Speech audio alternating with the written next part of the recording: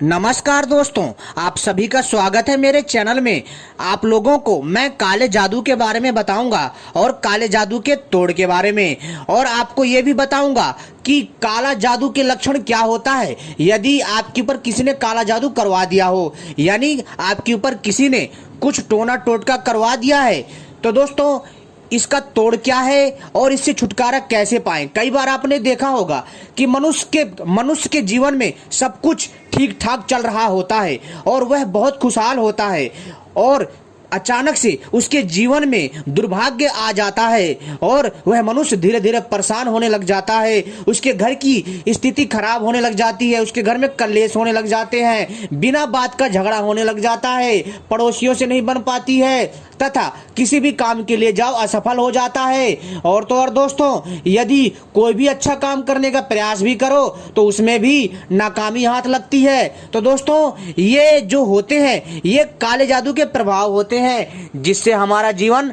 बहुत ही ज्यादा तंग आ जाता है। लेकिन दोस्तों, मैं आपके लिए इसी काले जादू का तोड़ लेकर के आया हूँ। कितनी ही भयंकर विद्या कर दी हो आपके ऊपर, कितने ही भयंकर काला जादू कर दिया हो आपके ऊपर, कितने ही खराब आपके ग्रह दोष क्यों ना हो, उन सब का छुटकारा होगा चुटकियों में। जी हाँ दोस्तों, यह प्रयोग कर लीजिए इस नवरात्रि में।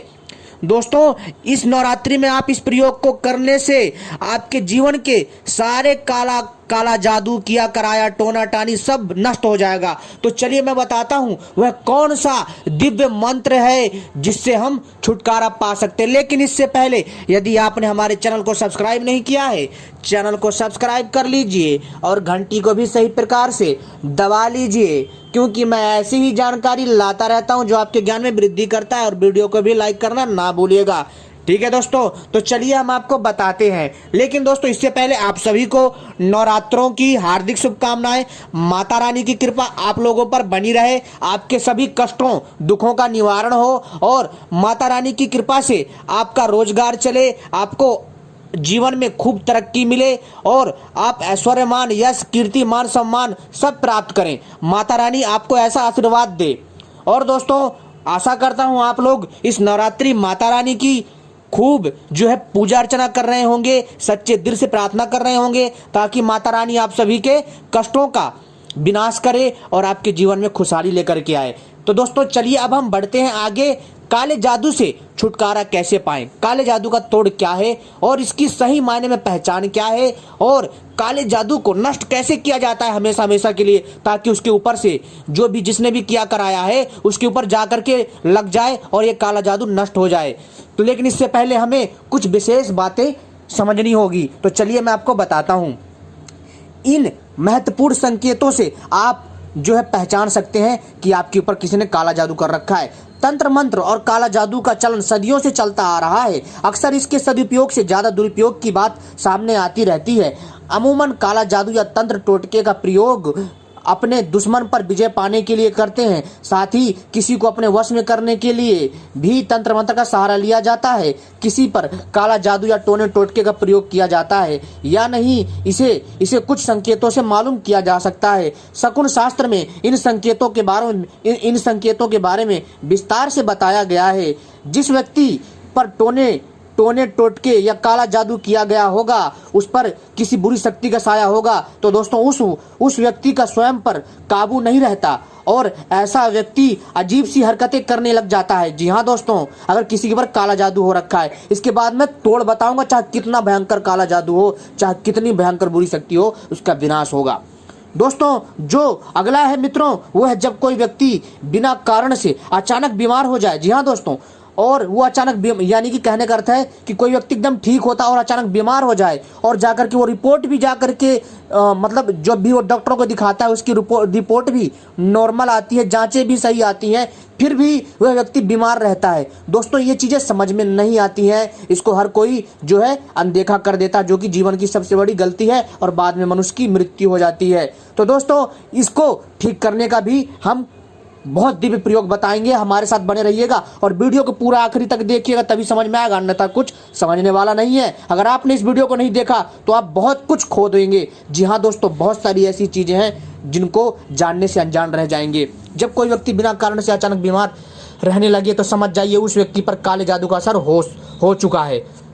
घर पर लगी तुलसी का पौधा सबसे बड़ा दोस्तों संकेत। अगर आपके घर में तुलसी का पौधा लगा है, अचानक सूखने लग जाए या घर के आंगन में कोई मृत पक्षी आकर गिर जाए, यानी मरा हुआ पक्षी आकर के गिर जाए, तो यह संकेत अशुभ माने जाते हैं। इसे भी काले जादू का दोस्तों प्रभाव माना जाता है, असर कहा जाता है। व्यक्ति के स्वभाव में अचानक ही परिवर्तन होने लगे, यानी व्यक्ति के स्वभाव में अचानक ही परिवर्तन होने लगे और हर कार्य में वह खुद को सही बताने लगे, तो समझें कि उस व्यक्ति पर काले जादू का असर हुआ है। समझे मित्रों, अचानक से नौकरी या बिजनेस में मन ना लगे और सभी कोशिशें नाकाम हो, यानी आप किसी भी प्राइवेट या सरकारी जॉब की तैयारी कर रहे हो, ठीक है, लेकिन अचानक से, जी हाँ दोस्तों, आपने बहुत अच्छी तैयारी करी और आपका सिलेक्शन भी हो जाता, लेकिन अचानक से दोस्तों क्या हुआ कि आपकी सारी कोशिशें नाकाम हो गई और आप रह गए। दोस्तों ये भी होता है कि आपके शत्रुओं, आपकी जो कुछ ऐसे रिश्तेदार होते हैं या कोई ऐसे चाचा ताऊ में ऐसे लोग, कुछ लोग होते हैं जो लोग आपके ऊपर जादू टोना कर देते। सारे नहीं होते, जो दोस्तों दिमाग से ही शैतान होते हैं वही लोग ये चीज़ें करते हैं। तो इनसे बचने के लिए मैं प्रयोग आपको बताऊंगा, ठीक है दोस्तों। और अचानक से नौकरी या बिजनेस में मन ना लगे और सभी कोशिशें नाकाम हो, तो दोस्तों ये भी काले जादू का असर होता है। काले जादू के असर से व्यक्ति को अकेलापन अच्छे लगने लग जाता है, यानी जिसके ऊपर बुरी शक्ति का साया होगा, काले जादू का साया होगा, वह व्यक्ति अकेला रहना पसंद करेगा। उसके नाखूनों का रंग काला होने लगता है मित्रों, जी हाँ। और मित्रों अक्सर रात को भयानक सपने आना भी काले जादू का संकेत होता है, और ये काले जादू के और बुरी शक्ति के होने का हमें संकेत देता है। अगर आपको रात को बुरे और गंदे सपने आते हैं तो इस चीज़ को हमेशा ध्यान में रखिएगा मित्रों।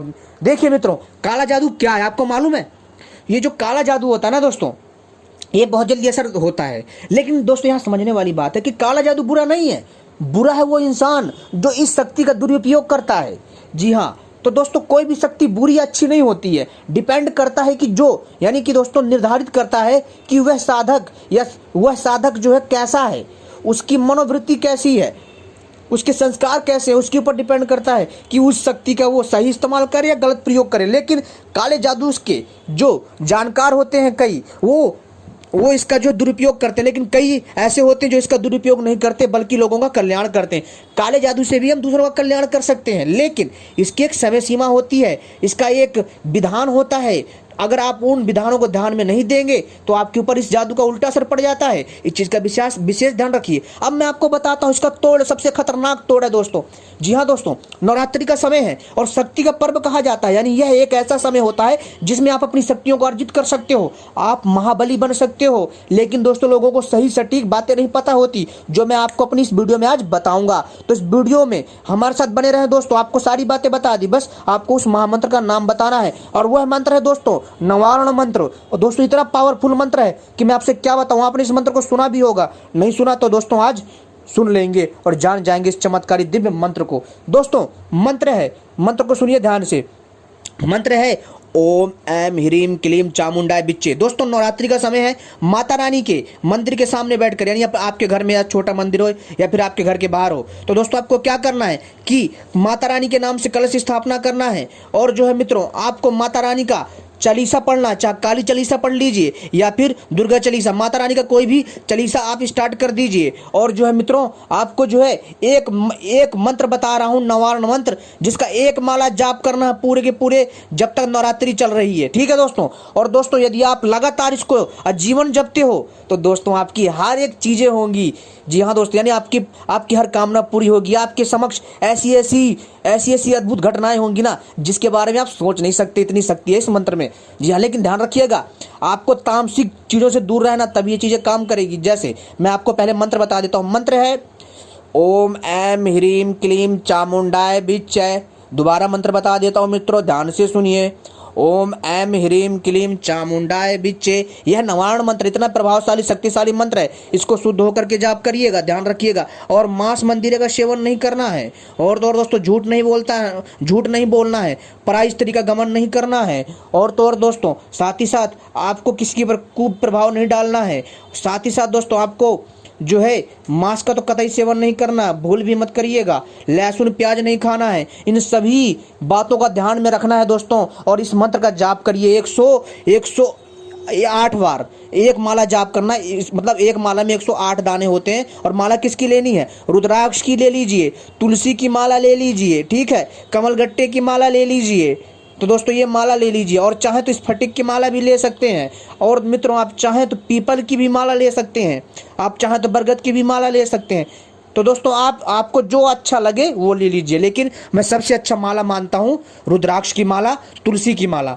ठीक है दोस्तों, आप इन माला से इस नवाण मंत्र का जाप करिए 108 बार पूरे 9 दिन। दोस्तों आप यकीन नहीं मानेंगे, जिसने भी आपके ऊपर किया कराया होगा। और ध्यान रखिए, जिस टाइम पर आप इस नवाण मंत्र का जाप करेंगे उस टाइम पर आपको एक तांबे के लोटे में गंगा जल भर लेना है, और दोस्तों उसको सामने रख लेना जब आप इस मंत्र का जाप करेंगे। और ध्यान रखिएगा, हर एक मंत्र पर आपको उस गंगा जल में जो तांबे के लोटे में भरा है आपने, उसको उसमें फूंक मारना है, और आसन बिछा करके करिएगा, और उसको आसन के ऊपर भी रखिए पानी को, और उसमें हर एक मंत्र पर उस पानी में फूंक मारना है। ऐसा आपको लगातार पूरे 9 दिन करना है। ठीक है दोस्तों, और इसके बाद जो भी पीड़ित व्यक्ति है उसके ऊपर छींटे मारिए, और उसको इसका एक ढक्कन पानी पिलाइए, इस गंगे जल को, यह अभिमंत्रित जो है गंगा जल पिलाइए उसको। तो दोस्तों आप देखेंगे जिसने भी किया कराया होगा ना, उसके पास जाकर उल्टा लगेगी और वह बाधा उसको छोड़ देगी हमेशा के लिए। जी हाँ दोस्तों, और एक बात ध्यान रखिए, जिस माला से आप जो जाप करते हैं उस माला को संभाल के रख लेना है, इस चीज़ का विशेष ध्यान रखिएगा।